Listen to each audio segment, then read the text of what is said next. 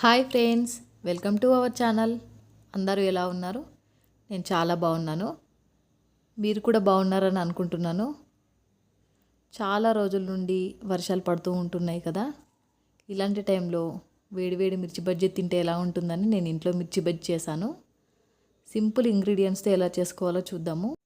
మిర్చి బజ్జీని మధ్యలో కోసుకొని అందులో కొద్దిగా సాల్ట్ వేస్తున్నాను. ఒక బౌల్ తీసుకొని అందులో శనగపిండి వేస్తున్నాను. అందులోకి రుచికి సరిపడా సాల్ట్ వేస్తున్నాను. మిర్చి కాబట్టి కారం అనేది కొంచెం చూసుకొని వేసుకోవాలి. సో నేను ఒక స్పూన్ కారం వేస్తున్నాను.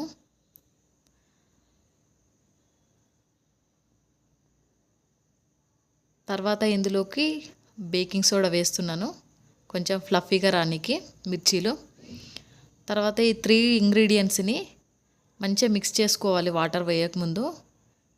ఎందుకంటే వాటర్ వేస్తే కారం అనేది గడ్డగట్టిపోతుంది మిక్స్ చేయకపోతే.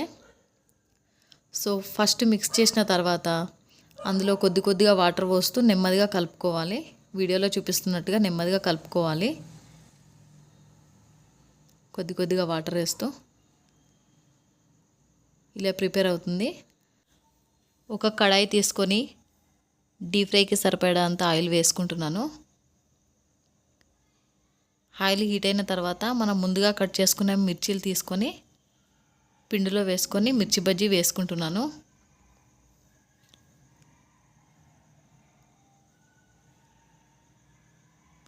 ఇలా వేసుకున్న తర్వాత మీడియం ఫ్లేమ్లో వేయించుకోవాలి మిర్చి బజ్జీని.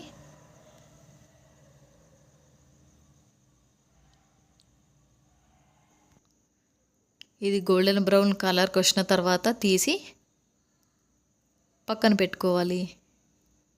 వావ్, టేస్టీ మిర్చి బజ్జీ రెడీ. మీకు మిర్చి బజ్జీతో పాటు ఏం కాంబినేషన్ ఇష్టమో చెప్పండి.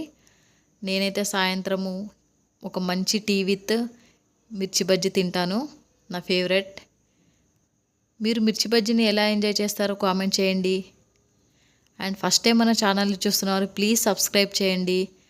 అండ్ ఈ వెదర్లో ఈ రెసిపీ ట్రై చేసి ఎలా ఉందో కామెంట్ చేయండి. Thank you for watching. Bye friends.